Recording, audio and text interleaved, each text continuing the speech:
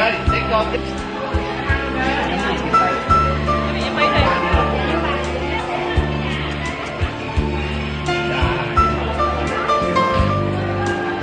Đại diện của các nhóm chuẩn bị lên đứng thì được nhóm họ đặt trong vòng 45 phút gồm các món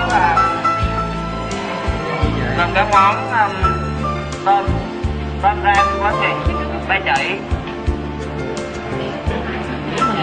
thịt bò xào cải chua và canh ngọt cá lóc. Tại vì hôm nay chúng ta đang ở Vũng Tàu nên là nhóm 3 nấu với những món này là có một hương vị đậm đà, nó mang vị muối mặn của vùng biển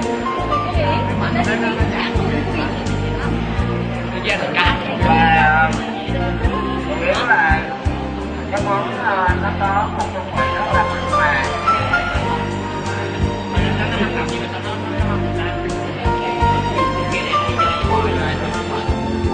Món này thì hơi không phải là như nào.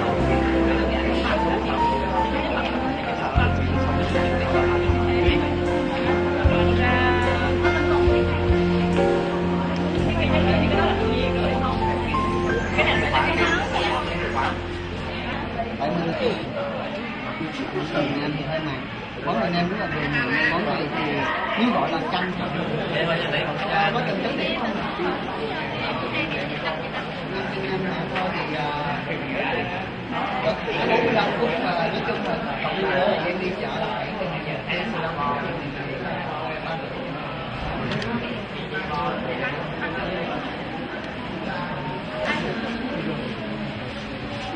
Cơm sống chưa vậy? Cơm chín chưa cháu, cơm sống chưa? Như rồi.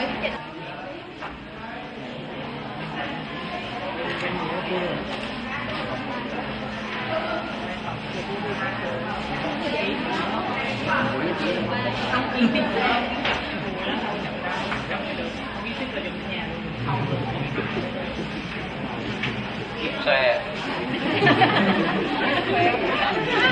Ngồi ở đây thôi, ngồi ở đây thôi. thì nhất là mình đều là người mà sống ở trong thành phố, rất là bề bộn chen chúc xô bồ, hàng ngày ăn thì món ăn nó không được thanh đạm cho lắm. Thì hôm nay mình ra đây con muốn mang đến cho mọi người những cái món ăn thanh đạm và cá là thịt luộc, nó không có dầu mỡ, nó thanh và nó dịu để mình gọi là làm mới lại bản thân mình, và nó rất là Việt Nam.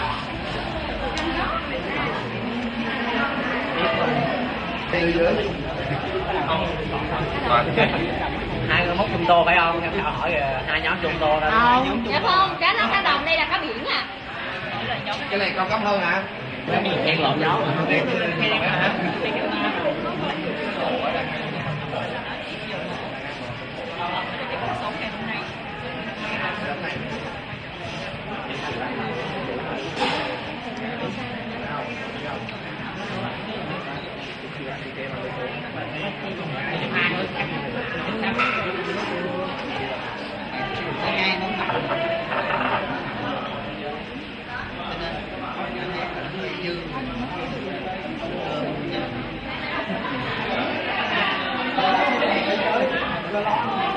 thịt nhào, nếu mà mình có thể mình tùy chọn món thì mình sẽ luôn cơm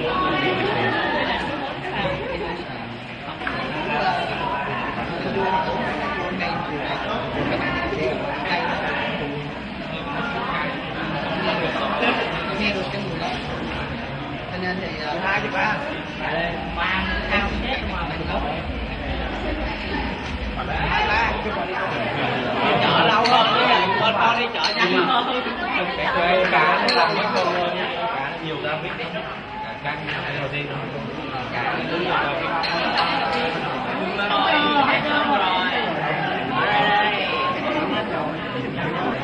Trước tiên thì mình cũng xin lỗi ban giám khảo và các bạn là nhóm mình đi chợ hơi lâu và làm món ăn đó hơi mất thời gian một xíu nên lên hơi trễ. Và ở đây thì hôm nay mình ra biển, mình phải có những món ăn phải có đậm chất của biển nên mình đã chọn một món cá của biển. Mình đã đi chợ hơi xa và chọn một món cá rất là tươi ngon để đảm bảo được cái món ăn cho các thành viên trong nhóm. Đó là một cái giúp cho các bạn có thêm một cái tinh thần kích thích để cho các bạn học tốt trong cái chương trình ngày hôm nay. Và món ăn của mình ngày hôm nay cũng đơn giản là một món mặn, một món canh và không có món xào, và thay đó là mình sử dụng món rau sống. Và cuối cùng là một món tráng biển, và món canh của mình vẫn là một món canh chua và cá hương. Còn món mặn của mình là cá chiên và sốt tương muối. Cái này là cái khác nhau.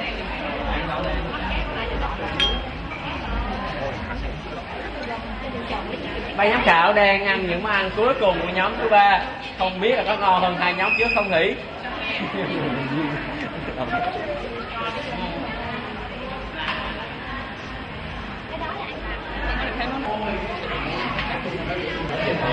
Vì là chiên tôm thôi, nhưng mà cá mình cá ngon. Không có gì không đi phạt giờ đó. mất diện với mình luôn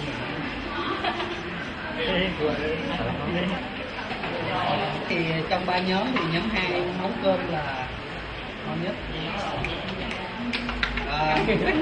Canh cũng ngon nhất, ngon như những khác. Còn cái các bạn ơi thuyết trình cho mình cái món cá mà mình quyết định luôn đi.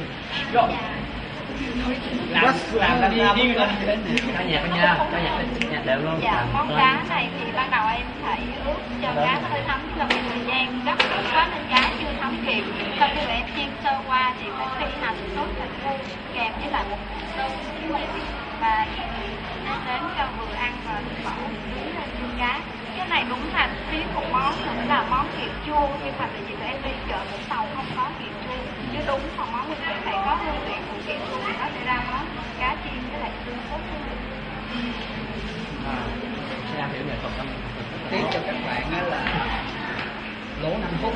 Không biết quy định mình lố 5 phút thì trừ bao nhiêu? Không có định. Không có định. Đến cuối thì là không được kiểm tra luôn đó mà Giống như là mình đi ăn nhà hàng mà bưng chè. Gì cũng là người phải nói được cái nói như vậy. Thành ra nếu mà nói về cái độ mà vừa miệng ngon miệng thì gì là gì trong nhóm nó món này. Yeah. Nó như thế. Tại vì món này cũng theo cái trình tự hai cá thì nó là cái đặc biệt, món đặc cấp chứ không phải là cái món bình thường. Đúng không? Các bạn đòi hỏi những cái cách nghệ và cách làm cái rau thì mình có thể thế được, cái rau xào cái rau này thì cũng là có thể thế được, là chấm rau nó cũng đầy đủ cái chất cho bữa ăn, cái dinh dưỡng của bữa ăn đòi hỏi những cái điều là bây giờ là đó. Nhưng mà so với các bạn thì tụi con lại chỉ có 5 phút. việc trễ trừ điểm riêng gì ơi, việc trễ trừ điểm riêng, trễ nhanh Ngon hơn. Thật sự là Không có món xào. Rồi cảm ơn các bạn. số cái gì nữa thì là coi như là làm cái điều tương đối là đây này cũng là một món cá được làm thêm món này cá và thêm một món thời gian nhớ về thời gian nấu á, nó thì coi như là nếu nói về thời gian thì nhóm đó là nhóm có nhiều thời gian nhất, thời gian không nhiều lắm, tốn nhiều công nhất nhưng mà lại ra nhanh nhất. Thành ra nếu mà gì chấm nhóm thì nó 3,5 thì không phải chấm nhóm phải nên nhóm nữa. Nó không phù hợp. Không, vì nhóm này vừa trẻ mặc dù là con vì công nhận là con nấu ngon nhất như vậy, nhưng mà cái thời gian chuẩn bị của mình phải như vậy. Nên đối với gì chấm nhóm thì rất là 3. Vậy 3,5 cộng 5 mà chia đôi.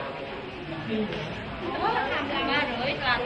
4 điểm 25 4 điểm 25. 4 điểm 25 làm tròn 4.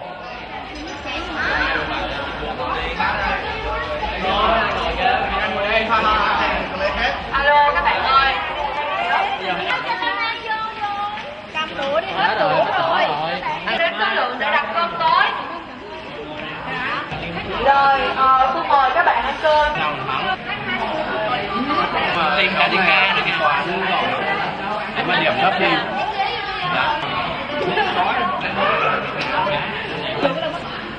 Còn nồi cơm cháy nữa. Còn nãy cô giáo là nấu cơm khác mà. Share my experience with all of you.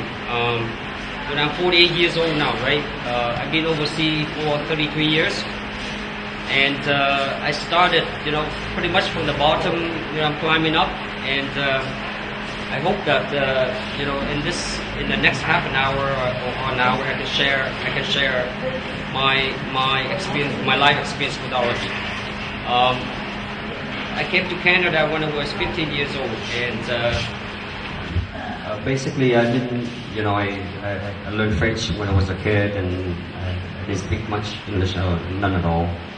And my father gave me a tape and said, hey, you learn some English, and try to learn some English. And then 4 days later I went to high school, and I started grade 9. And the first class was a math class, and there was an equation on the board, and basically no one in the class knew how to solve it except me. So I did not go to school for like 2 years, and I just raised up my hand and say, hey, sis, which is 6 in English, okay, sis. So I pronounced it in French, and so nevertheless I became famous after my first day. The kids who didn't speak English, they could do math. Then came French class. I learned French when I was a kid, and basically I can pronounce all the words, I can do grammars, and it went pretty well, and I became famous again. We studied pretty hard. We were the only kids, Vietnamese kids in the entire high school. I get my sister, who's 2 years younger, and my brother is 2 years younger. So the 3 of us went to the same high school. And at the beginning, basically, we just learned, we spoke Vietnamese at home, and eventually, we spoke half Vietnamese and half English. And basically, English took over after a number of years. After a year and a half, we were sponsored by a church, by the way. And my father, the first day he met our sponsors, he said, my father can speak some English at that time. He said, my kids when they attend university, and my sponsor would just laugh and say, oh my gosh, they can barely speak English, and you really have aspiration for them. But we did well, and then after 2 years, and I started getting the honor roll in the high school, and I get pretty good mark, and applied for universities, and Waterloo, McMaster, and U of T in McGill. So basically, I got into U of T. My father wanted me to, in Vietnamese, and say, you either study engineering or become a doctor. So I tried pre-med, and I didn't quite work. I was too lazy. Even though I'm smart, but I rarely study. So I chose this because basically I'm an actuary, and there's about 14,000 actuaries worldwide. I'm talking about the entire world. Okay, not many people have my designation and profession, and if you're Vietnamese, that becomes much rarer. We have maybe 50 Vietnamese actuaries worldwide. In Vietnam, there's about myself, a chap from AIA, a CFO from Manulife, and another one from Prudential. So there's about 5 Vietnamese actuaries in working in Vietnam. So with my profession, pretty much I can go anywhere and work. So anyways, after 4 years of universities, I followed the American exams, because there's a set of exams from the Society of Actuaries I have to follow. So I get about 3 exams, and I try to get a job, and at that time I lived in Canada about 8 years, and I put about 10 applications, and I distinctly remember that one company said, hey Paul, I'm sorry to understand the word of English you spoke, so go home and learn some English. So it was really tough. I believe I was the first generation of Vietnamese, youngsters attended university. There were a few like me at that time. However, they either studied engineering, pre-med, or pharmacist. I chose a different path, and I chose this path because I understand that actually the highest paid profession in the world, and that was the number one job in the job almanac for a long time. So I get to share with you about the profession later, and any of you would like to follow this profession, I'll take time and mentor you through the exams, and that's what I did throughout the degrees now. So anyway, I got my first job, and this is a clerk. My mom asked me to buy a house at that time. She let me some money, and I have to pay mortgage, so I have to find a job really fast. And I got 3 exams and 85 credits. To become a fellow of Society of Actuaries, you get about 450 credits. So I got 85 credits and got a job. And the Canadians said, hey, Paul, you have no experience. I look at your resume, you either wash dishes, wait a table, or biking. I was a competitive cyclist until one time. So pretty funny resume, right? I mean, I'm barely, being Vietnamese, I'm not tall. I mean, compared to my friends, it's like I'm 85 centimeters tall, I'm 90 centimeters tall. Speak English better than me, right? My chance to get unemployment is pretty slim, and so I was given the first break, get my foot into insurance operation for Aetna. I think you probably recall that. That was the year 1989, and I was a clerk. I had no supervisors, no bosses. And I walked in and basically the person who trains me was Karen. She's a Chinese Canadian, and she gave me half a day to learn Lotus. She said, hey Paul, I'll teach you Lotus, and the teacher did not learn in university. At university, I learned maths, I learned stats, I learned about how to calculate mortality. Each of us have a mortality rate. Attached to what to us, and so forth. But I learned some computer science, but basically, skills like you guys know, like PowerPoint, Words, Excel. I learned all the job. So I took over the block of business, about $3 million Canadian dollars, and I did group annuity pricing. I worked my way up. When I started to clerk, my first job was like 23,000 Canadian dollars. After tax, I get about 1,200 Canadian dollars per month. And mind you, if you work at a minimum wage, even if you go on welfare, because Canadian government, the Canadian system is very kind to the poor people. There's no poverty in Canada. So, if you work, you may eat better. But if you decide not to work and you become lazy, you can collect welfare from the system, and usually it's about $1,000 at that time.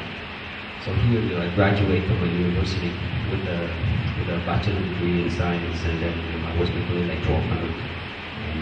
And actually, my father was laughing at me. So I wrote exams, and those exams really hard. After work, I had to commit myself to about 3 hours of study a night. The first few exams, basically just mathematics, and I learned about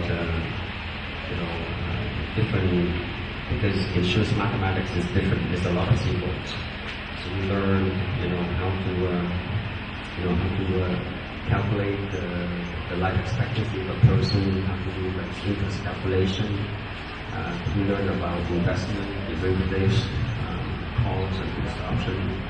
So I got my first few exams pretty fast. I became the Associate of Society of Actuaries in '92. It's about 3 years, after writing my exams. So in my career, I worked in Canada for about 9 years, with about 3 different companies, and I moved up the ladder. And basically, Vietnamese overseas is funny, right? They do can attest to this. Vietnamese overseas, either you school or you the misperception of Canadian people towards Vietnamese. So and my last name is Nguyen, Nguyen, and most 100% of the Canadian cannot pronounce my last name. They say the guy and Nguyen. So and my father, he was a math teacher. So somehow he imposed, like being a good Vietnamese, carried the Vietnamese image on my shoulder, and my sister and brother's shoulder. So we have to make the last name proud, right? Because I don't want white boys and Westerners to judge the Vietnamese race, through my action. But anyway,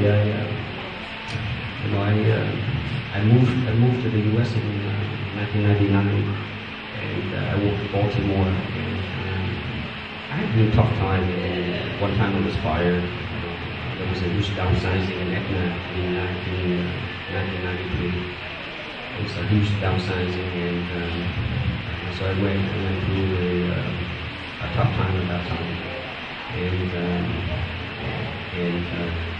having a mortgage in Canada at a modest or decent not decent wage is quite difficult. So I have to do another job at night. So here I'm a professional working in an insurance company, and at night I have to find an additional job and try to get money ends meet. So basically, in 1999 I moved to the US. I worked in Baltimore, and I was manually pricing actually. And eventually I moved to another company in Houston, Texas, and I was the only Asian in that company basically. I was the AVP, Assistant Vice President at that time, and it was kind of fun in the sense that I'm the only Asian, and I have to design products for the company, and I have to run a lot of projects, and check the marketing work, and work with lawyers a lot, tax lawyers, try to introduce products.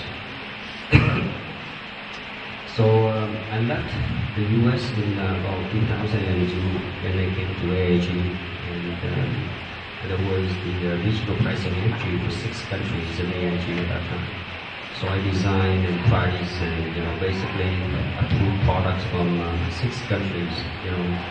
Then at that time I would send them to the U.S. for approval purpose. Basically.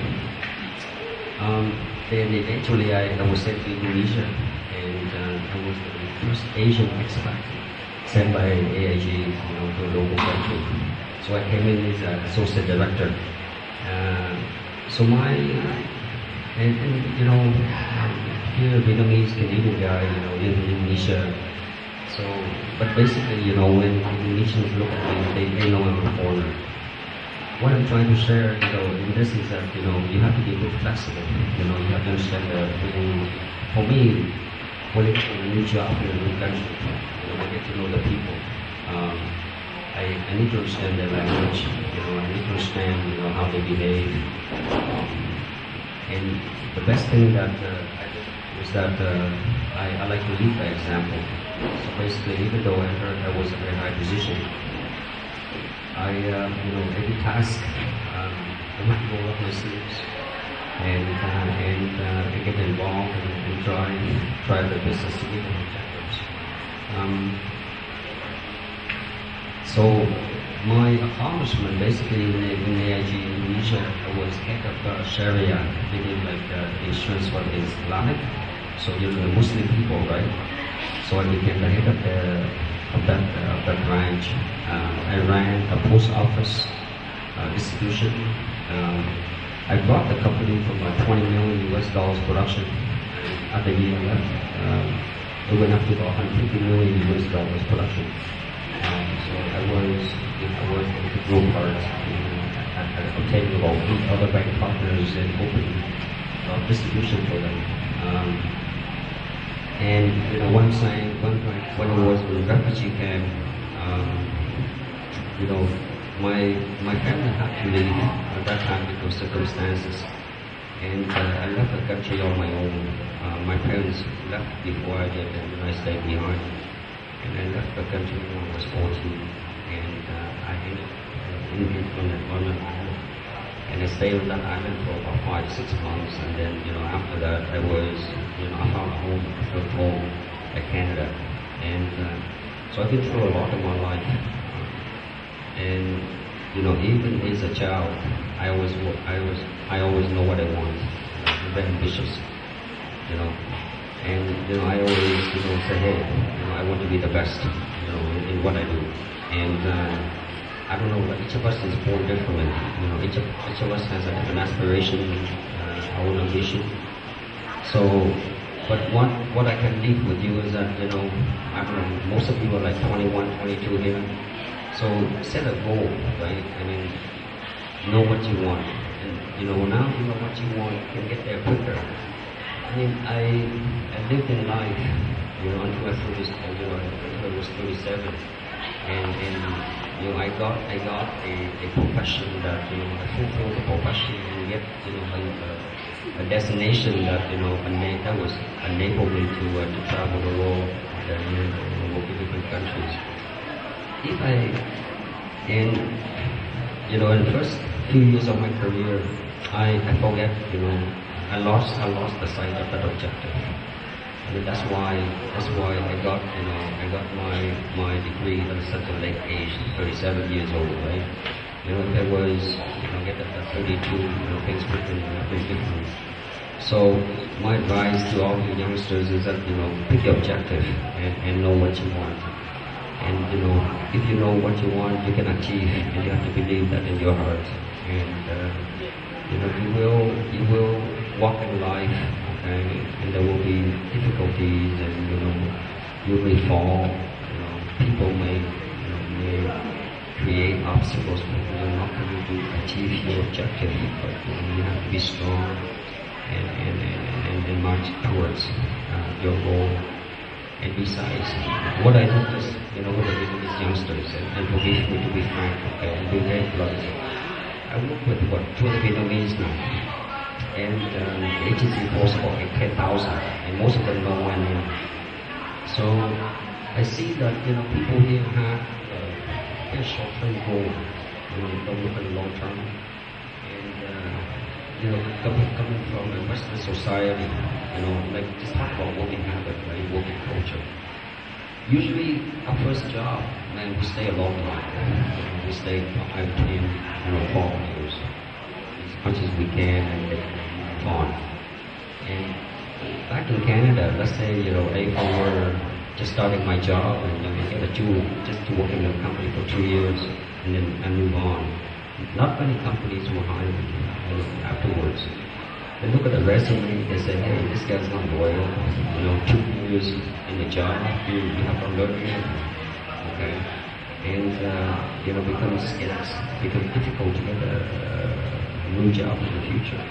I know Vietnam is fastly developed, but at some point in time, especially in your early career, your money is not everything. So when you start working, find a good boss and try to learn as much as you can. Equip yourself with knowledge, with technical skills, with decision-making abilities. So you can go, you can expand and grow your skills and for the greater thing.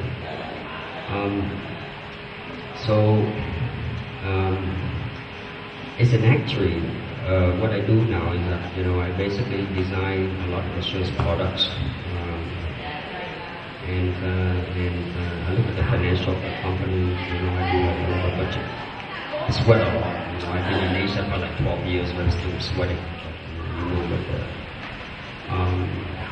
I don't know, like you asked me to speak to all of you, share my working experience with you,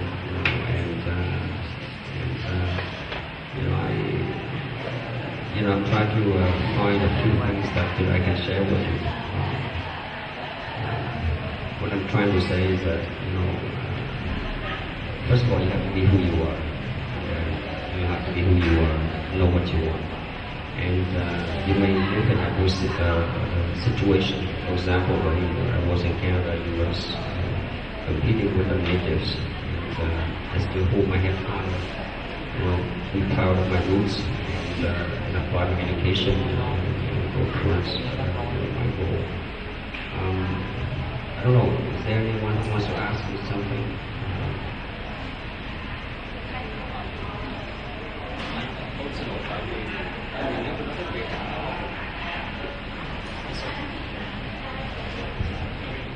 If the German student Vietnamese descendant in Vietnam get this qualification, I think there's only 2 now. There's only 2 so far. I mean, the market is wide open, right? Vietnam is 80 million, right, and fast growing. And this is one of the professions that not many people know. If you're smart, you can finish the exams in about 7 years. If you're not too smart, I mean, if you don't have the time, the luck, you may become a fellow after like 20 years. I've seen a Vietnamese, a Canadian who has migrated there in the 70s. He just got his FSA 4 years ago when it was about 61.